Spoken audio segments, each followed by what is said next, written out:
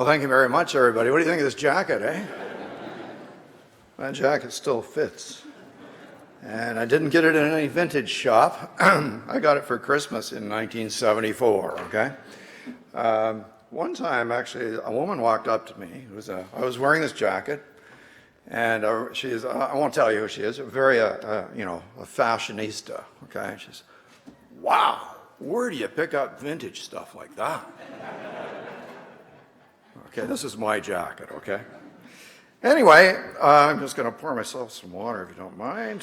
Anyway, I'm delighted to be back at Queen's. It's wonderful to be here. And I'm so glad that you're all here. And of course, as you know now, it's where I earned my undergraduate degree in economics 40 years ago. So I remember this time of year pretty well, actually, even though it's been a long time. And it's a stressful time of year, right? And whether you're stressed about starting your career or getting into your next degree program or just getting this year's work done, it's stressful. Well, those of you who hope to join the workforce might be feeling both excitement and maybe a little nervousness about an uncertain future. At least the macroeconomic situation that you face is a positive one. In fact, the economy has created 283,000 jobs in the last 12 months. And the unemployment rate is as low as it's been in more than 40 years. Now, this may still leave you wondering about the future, though.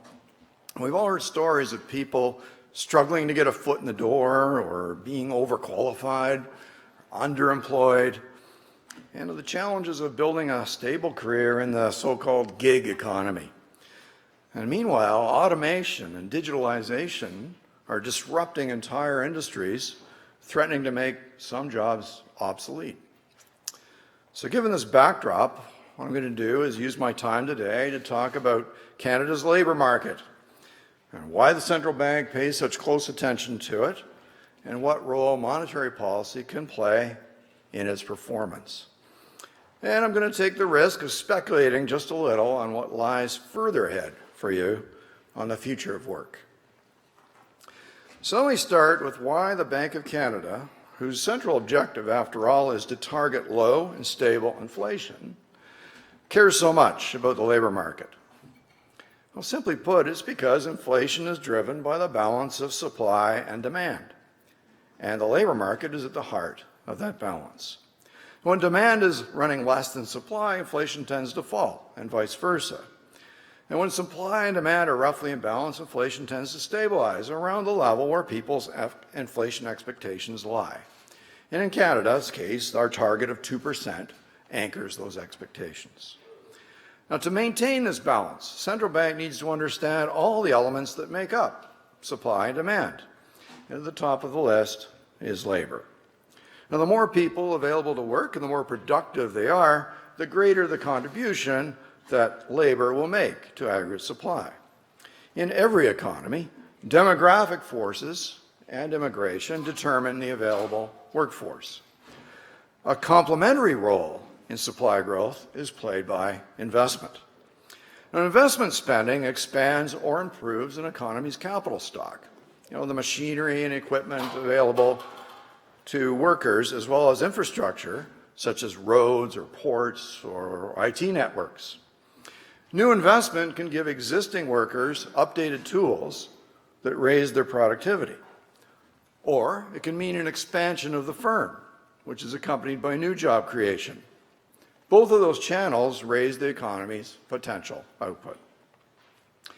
Now, Canada has reached the phase of the economic cycle where investment usually takes over as the lead engine of growth, and this capacity building process becomes central. Now, I think of this phase of the cycle as the sweet spot. It's where rising demand actually creates new supply. Now, with many companies already operating near their capacity limits, growing their sales further means increasing investment, leading to the creation of new jobs and increased aggregate supply. Now, obviously, this is a phase worth nurturing. But by far the most potent form of business investment is the creation of a brand new company. New firms apply the latest technologies in novel ways and sometimes creating completely new industries. As successful new firms exploit new technologies, they can grow very rapidly. Their sales growth chart sometimes looks like a hockey stick, or even the left side of the Eiffel Tower.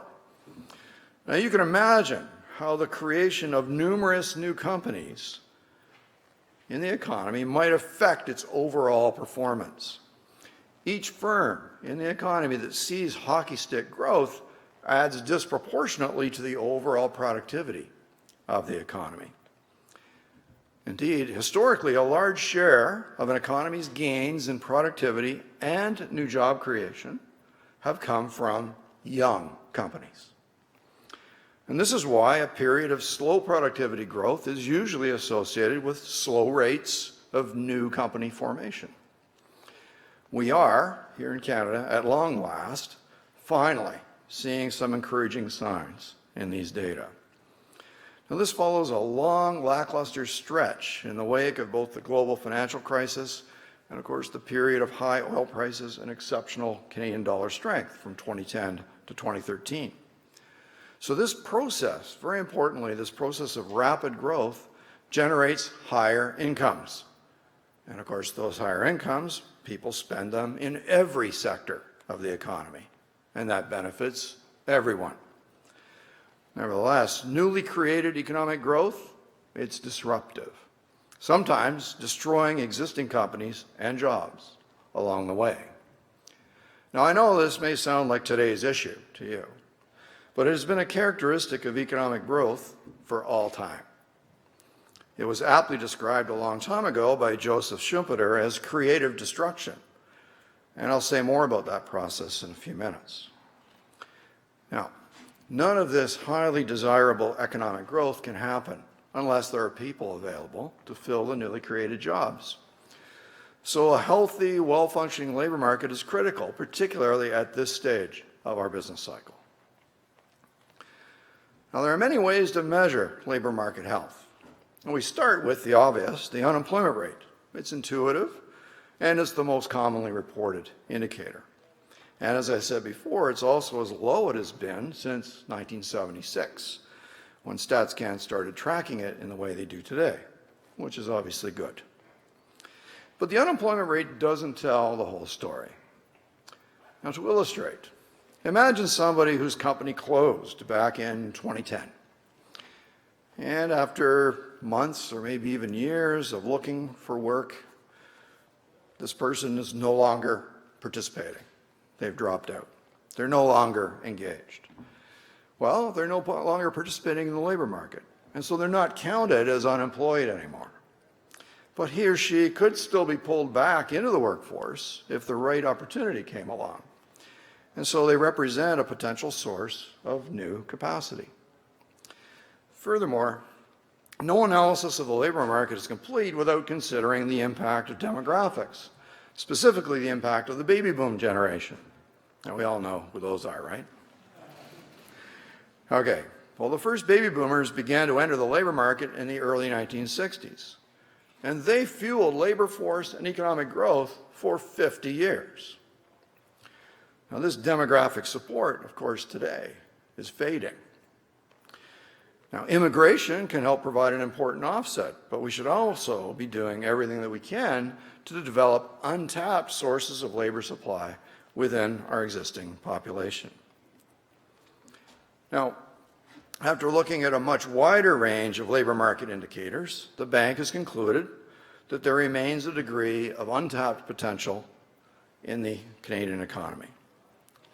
Now, this is important because it means that Canada may be able to have more economic growth, a larger economy, and therefore more income per person without generating higher inflation. So let me turn to a deeper analysis of that issue. Young people. Young people represent a key source of untapped potential. Sure, the unemployment rate for people in the 15 to 24 age group has declined to around 11%. But youth aren't participating in the workforce as much as they did 10 years ago.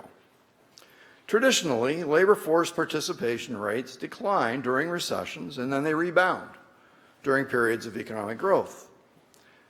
But while most other population groups have seen their participation rates recover from the Great Recession, that has yet to occur for young Canadians. Now, some people have argued that this shouldn't be a concern. It reflects an increasingly popular choice to remain in school and get more education. And in cases where that's true, I certainly agree. School enrollment has increased over the last decade. But the full story is a lot more complex. For one thing, many students historically have chosen to work and go to school at the same time. I'm sure that many of the students in this room have a part-time job, not just to earn money, but also to get some valuable work experience. I know I certainly did.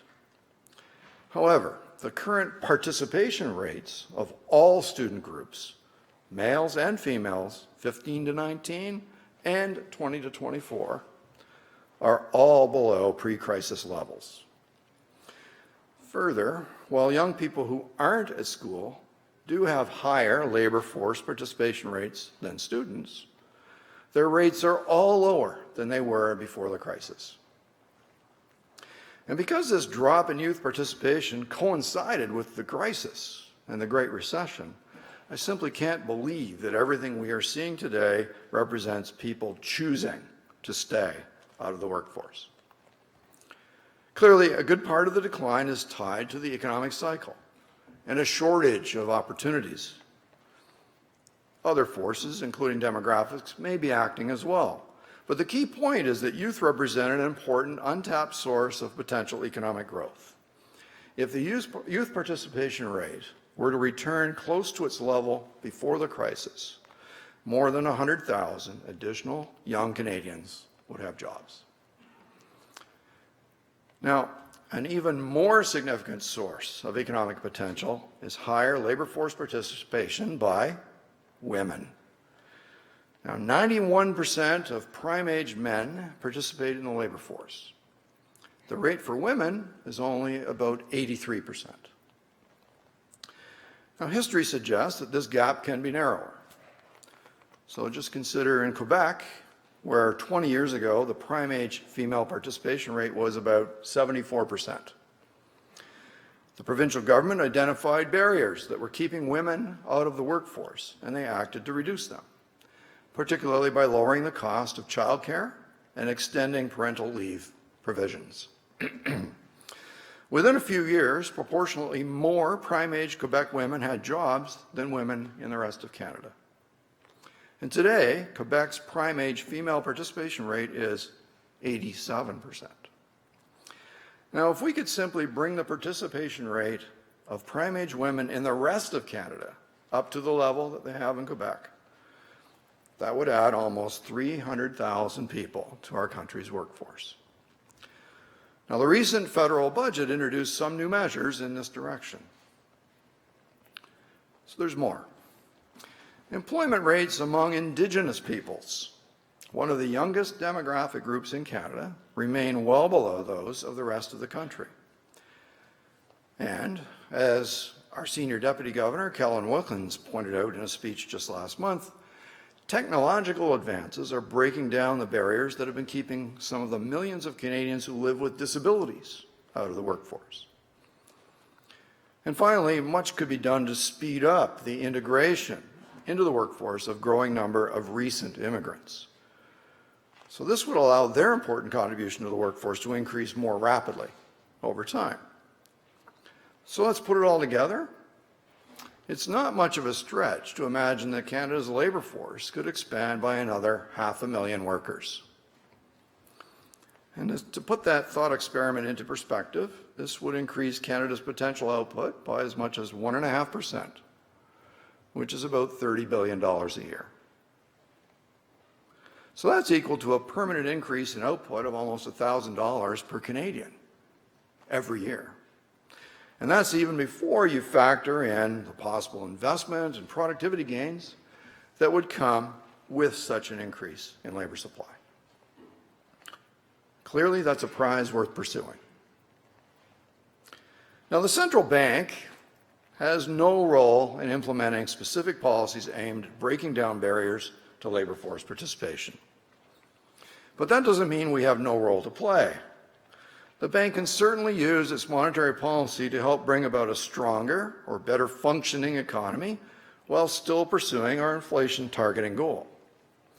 This is particularly important in the current phase of the economic cycle, with demand prompting investment that can pull more people into the workforce. Statistics Canada data show that job vacancies have been rising quickly, reaching a record 470,000 vacancies last fall. And we hear from business leaders that many of these vacancies are going unfilled. Why? Because they can't find workers with the right skills. Now, to have companies looking for so many skilled workers is surely a sign of a strong economy. It shows the need for more targeted education, as well as on-the-job training programs that the employer will tailor to fill a specific need. But another important way to fill job vacancies is a process that economists call labor market churn. Basically, churn describes the way people switch. They switch to jobs that better match their skills and experience. Now, churn always falls sharply during recessions because people are less likely to take a chance on a new opportunity. Companies are more inclined just to hold on to the skilled workers. But in periods of strong growth and rising wages, we often see people becoming more willing to leave their current positions and switch to higher paying jobs. And when one person makes that step, he or she leaves behind an opening that needs to be filled. So a period of job switching follows, where people move into better matches, better employment. And ultimately, people who have been outside the labor force then see more opportunities, and they can be drawn back in. Of course, we'll never have a perfect matching of all workers and jobs. The regional nature of our economy means the perfect job to match a person's skills and experience might be thousands of kilometers away. Further, there are still too many barriers that prevent workers in one province from moving to a job in another. Labor market churn itself is a highly complex process, very difficult to predict.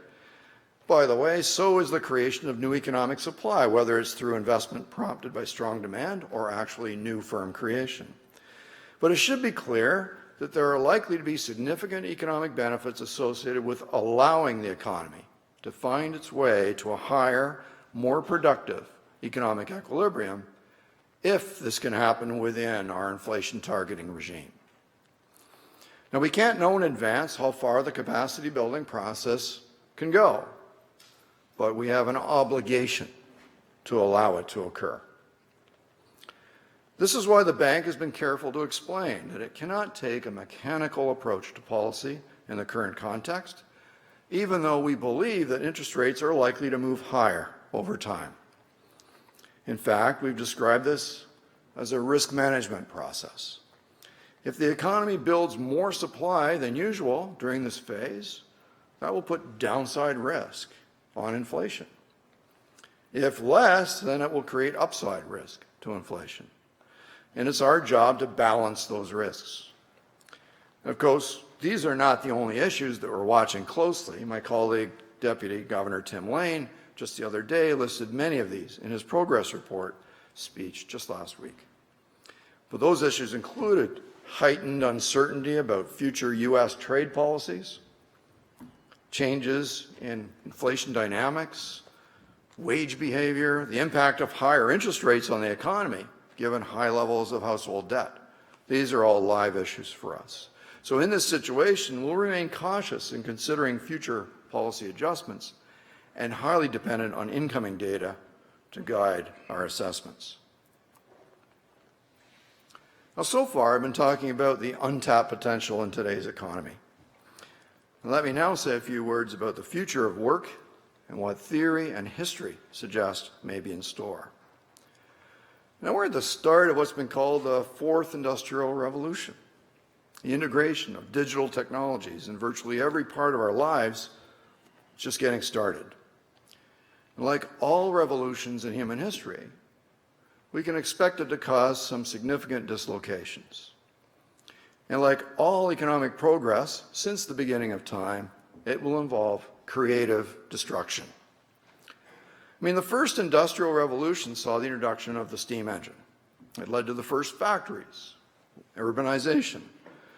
By the way, it also spawned the Luddite movement, textile workers who fought against the technology that was threatening their livelihood.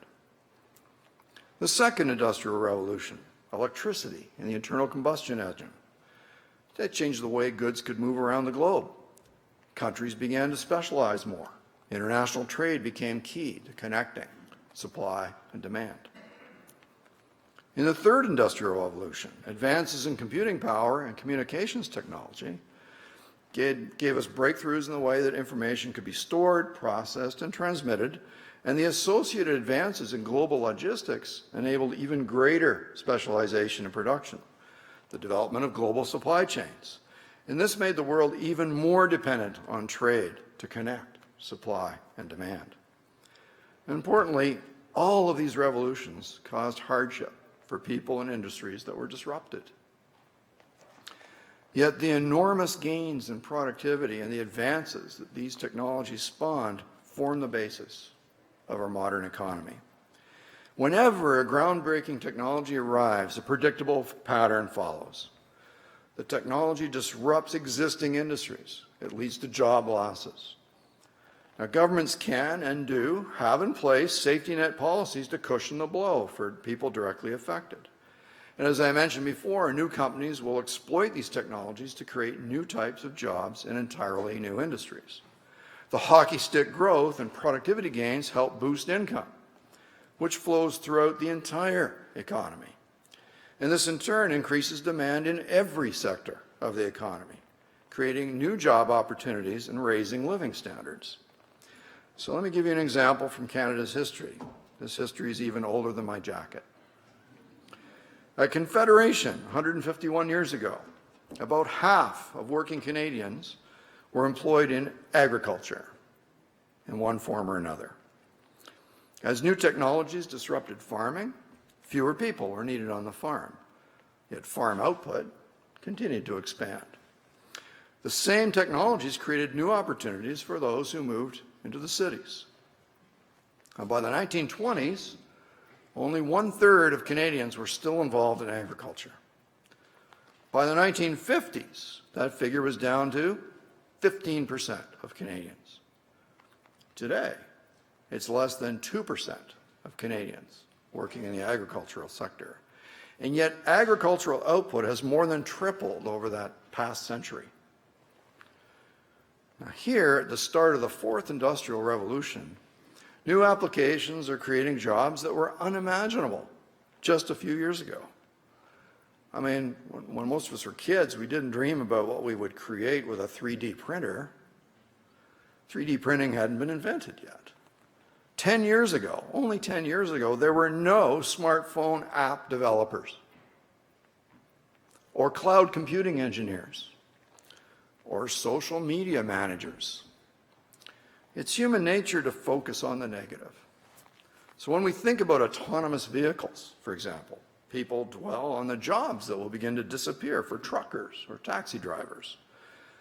And clearly, governments need to support people who bear the brunt of technological change.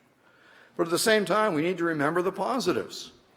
All the new jobs that will be created, the people who will be needed to build those vehicles, to write their software, to maintain the fleets once they are built, to redesign and construct roads, to coordinate traffic, and so on.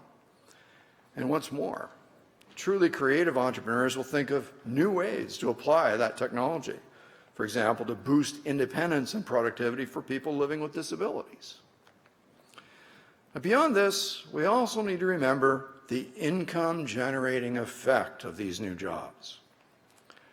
The higher incomes create demand, not just in new sectors, but also for other goods and services throughout the economy, including ordinary things like housing, home renovations. So this income-generating effect is likely one factor behind Canada's strong job growth last year in basic sectors such as manufacturing and construction.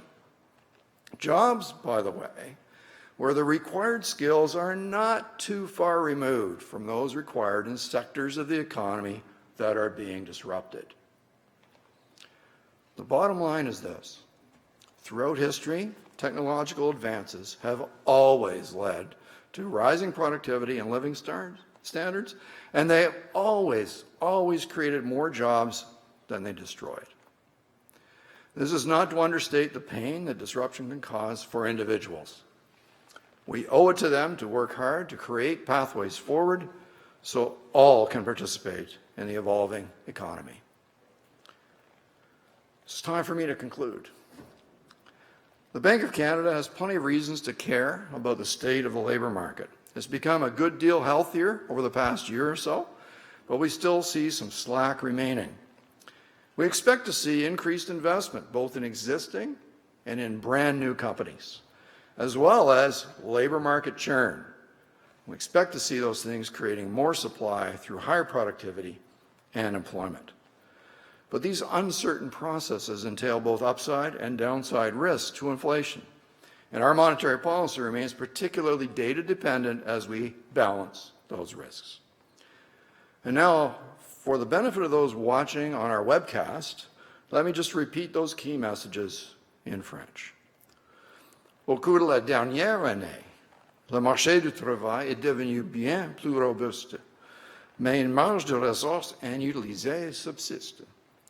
On s'attend à ce que la hausse des investissements, tant dans les entreprises existantes que dans les nouvelles, et la réallocation de la main-d'œuvre fasse augmenter l'offre grâce aux gains de productivité et à la croissance de l'emploi. Cela dit, ces phénomènes incertains font peser sur les perspectives d'inflation des risques, aussi bien à la hausse qu'à la baisse. Et notre politique monétaire reste fortement dépendante des données disponibles, alors que nous nous efforçons d'équilibrer ces risques. Of course, we're watching issues other than the state of the labor market and the evolution of supply. Yet even with all the unknowns, there's good reason to be optimistic about the Canadian economy. These are exciting times. New opportunities, new technologies, new industries are all waiting right around the corner. The students here today will be the ones who will shape that future with the tools developed through their imagination and ingenuity. And I can't wait to see how it turns out. So thank you so much for being here today.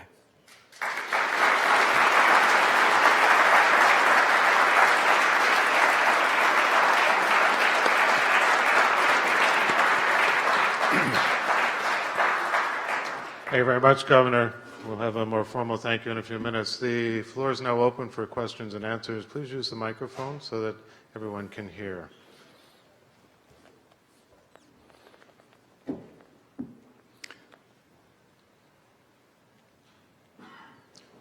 One of the early lessons is you have to take time for this. There we go. Hi, thank you for the lecture, first of all.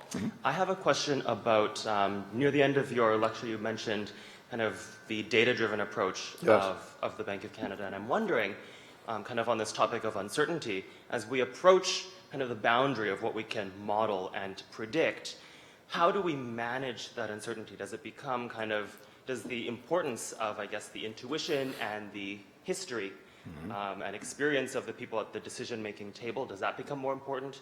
Or does the monetary policy of potentially our big neighbors become more important in the decision process? Right.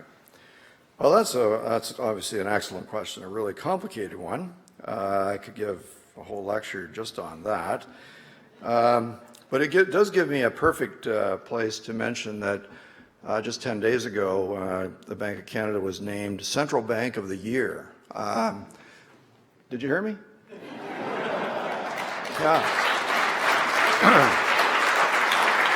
So, and there were a lot of things mentioned at the award ceremony that I went over to London for. But the big thing was our advances in thinking about uncertainty and what role it plays in the decision making in monetary policy. So in the traditional economic analysis, we would have error terms everywhere. There's uncertainty everywhere in our models. And of course, to solve the model, we assume it's zero, right? We just say, well, the uncertainty goes away, we solve the model, and then we add the certainty back at the end to understand that there's kind of a range of possible outcomes.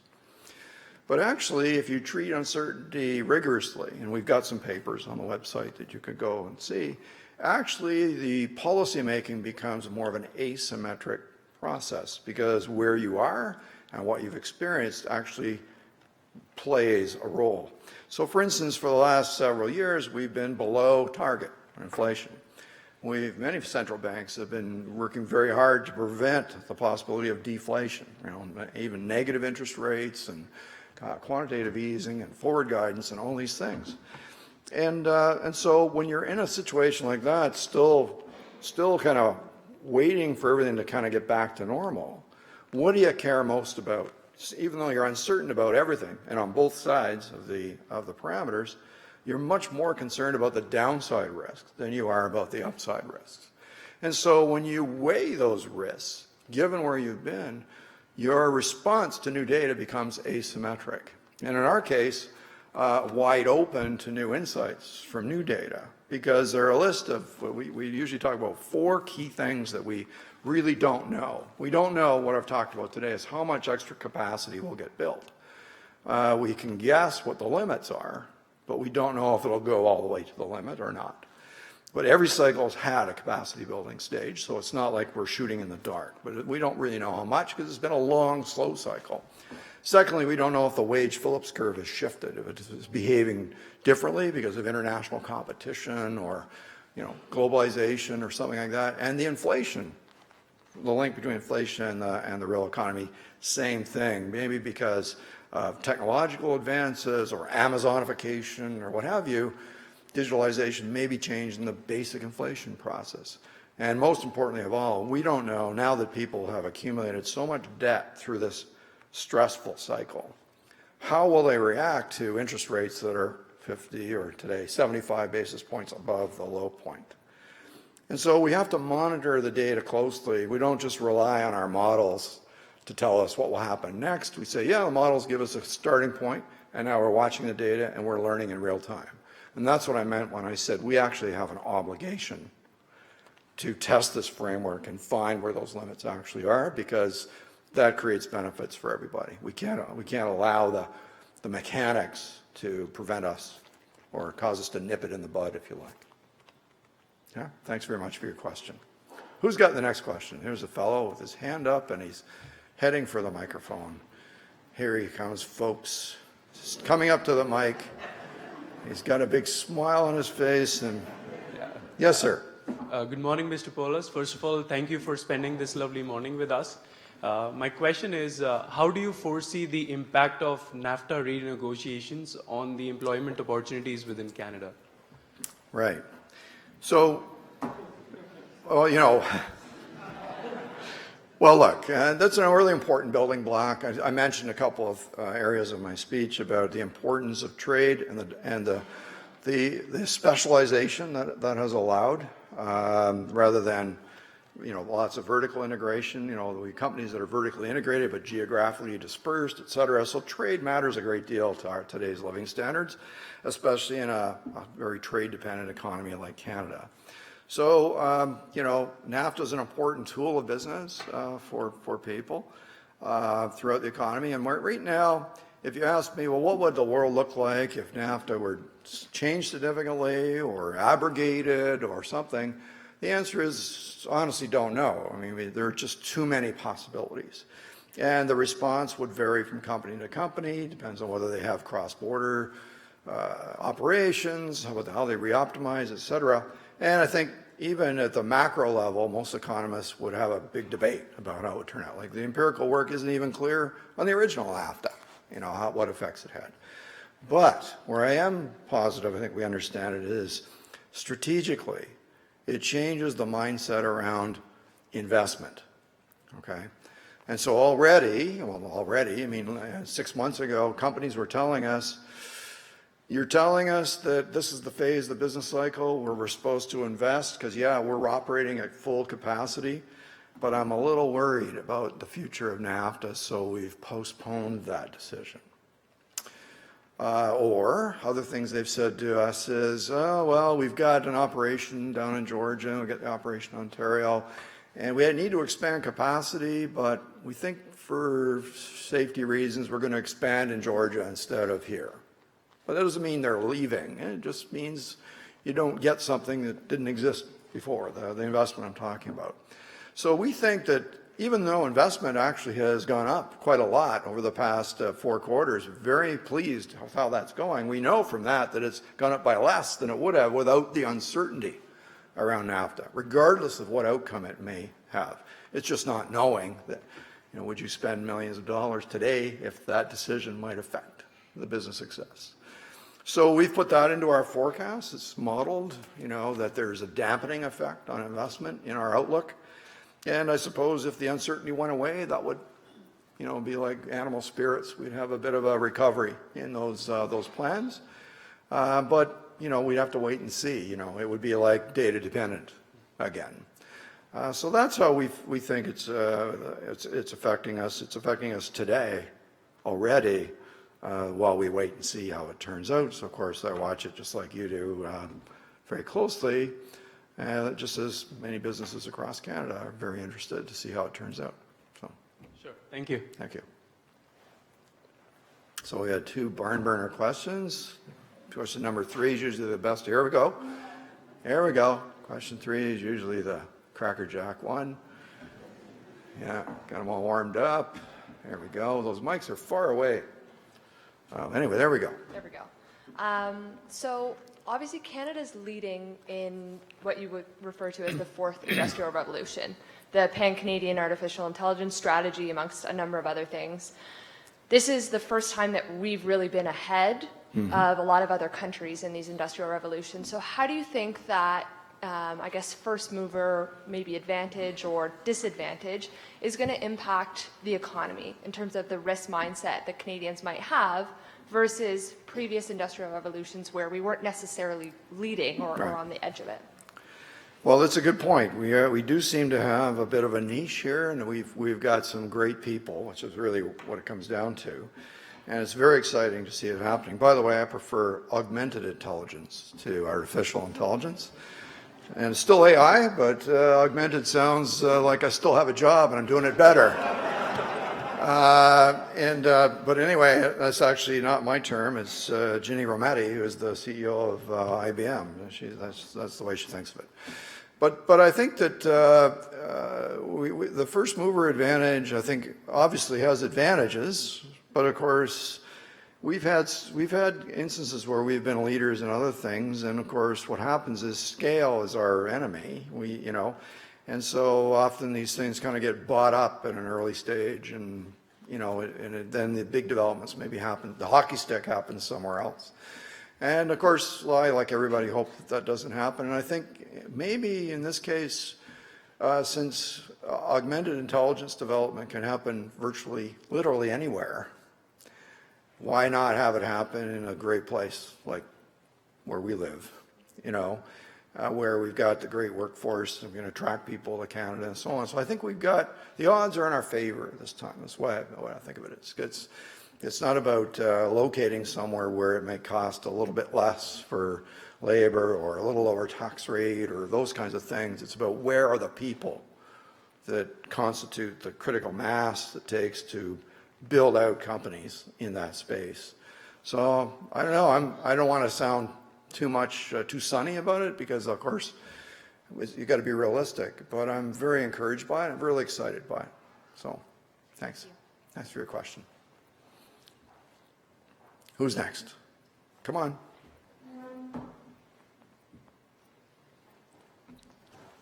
Hi, thank you so much for coming. By the way, do you really like my jacket? I like your jacket a lot. I know it's not a biz school jacket, okay?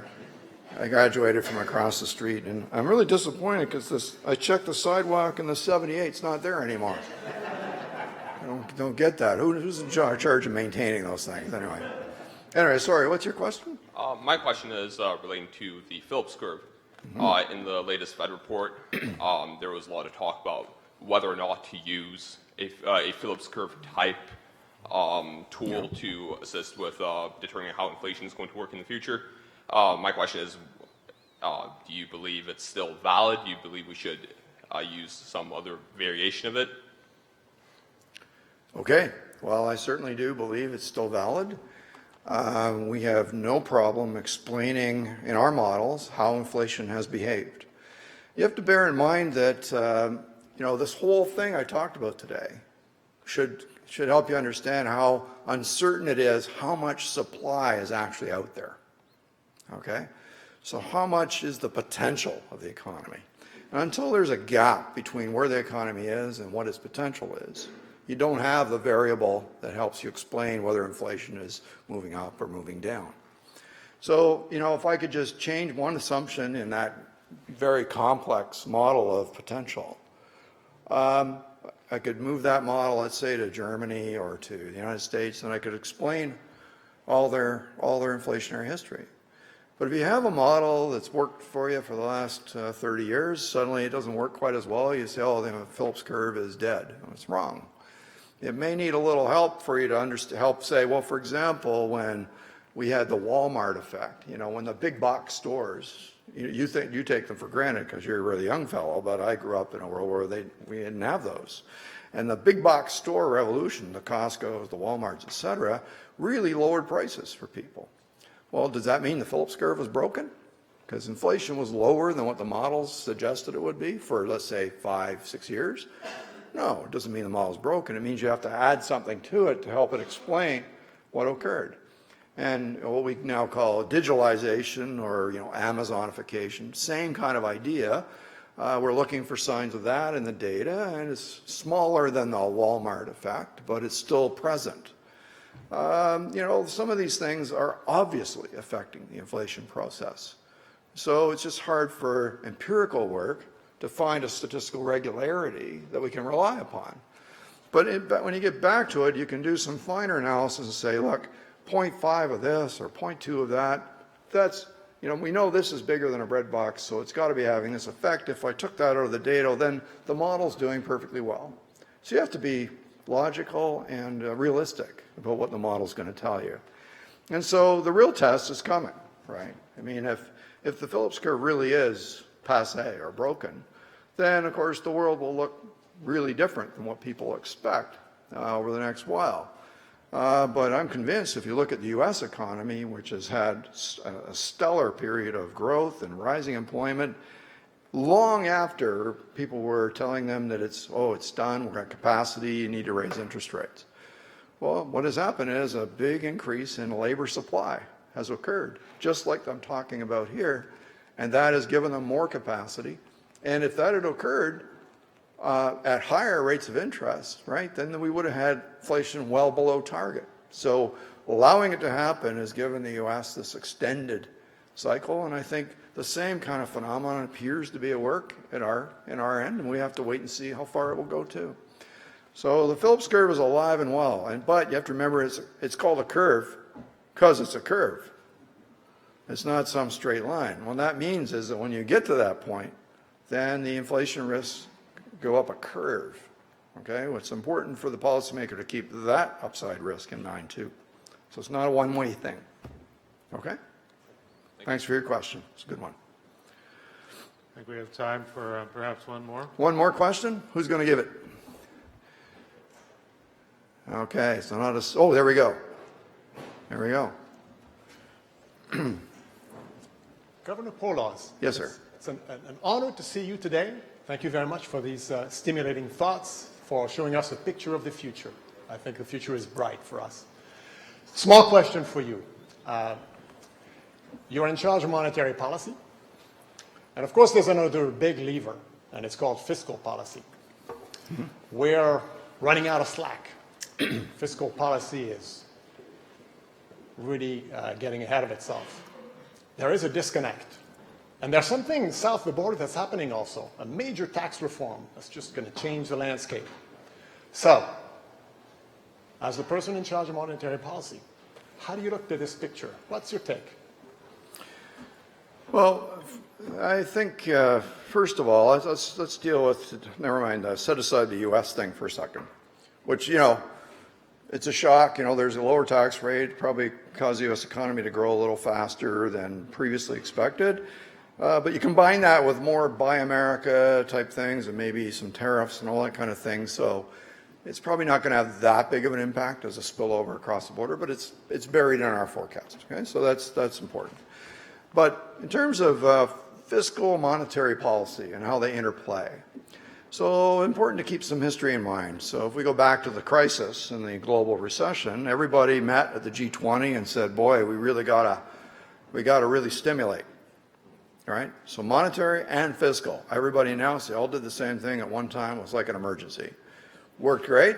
2 years later, everybody goes, well, that was a good job. We averted the second Great Depression, which we had all the ingredients of the second Great Depression. And so good for us. That was great policy making. And fiscal policy went back closer to normal. And what turned out was we discovered later that that was a little bit early to go back to a more neutral fiscal policy. The economy wasn't yet up and running as much as they thought. And so monetary policy had to do more stimulation after that. And we had, in some cases, negative interest rates, quantitative easing, all those things. And so looking back on it, this is my Purvis lecture from a year and a half ago, which I urge every young person to go read. It's a great lecture. Well, in honor of one of my profs, who, of course, Doug Purvis, who passed away a long time ago. But in any case, the point is that that experience meant that we had lower interest rates than we otherwise would have around the world, and therefore more accumulation of household debt.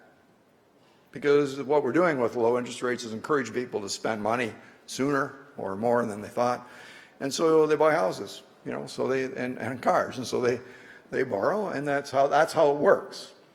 So they accumulate debt, and so as a society, what have we done? Instead of accumulating fiscal debt, we accumulated household debt. And so we had a different mix of policy. We could have had a little more fiscal debt and a little less household debt, and we would have had on average a higher rate of interest throughout those years. You see how it's a mix issue. So when we fast forward to a couple of years ago, where we were still wrestling with the oil price shock, interest rates were already really low. They were down to 1%. It looked like possible interest rates could have to go lower. I gave a speech about negative interest rates and how it would work. And so there was a fair bit of angst on the downside. And then this government actually did the Canadian Child Benefit, a little tax change, and the Canadian Child Benefit, which made an important contribution to GDP growth. Also, the infrastructure program, which was slower to get going, but still added to GDP growth, and still is. And so to me, that brings about a situation where we've been able to have higher interest rates today than we otherwise would have without that fiscal stimulus. So, and therefore less accumulation of household debt today than we otherwise. It's always hard to imagine the counterfactual, but if rates had to stay lower for longer, that would be more household debt. And the federal government has accumulated some fiscal debt instead. And I think that's a trade-off that, of course, you have to make in policy-making space. You have to consider all the possibilities, and off you go. And I think, all things considered, that mix has worked better for the economy than the old mix, and still is. And so I'm not going to comment on what specific fiscal policies, what's good and what's bad, but as a macro phenomenon, it has been helpful in closing the output gap and allowing us to move interest rates to where they are today. Thank you. Thank you very much. Welcome back home. Thank you. Nice to be here. And no one asked me about this, so I brought the real thing so I could just show it in public. I have it out of my pocket. Isn't that beautiful? Oh, yeah. Yeah? Yeah.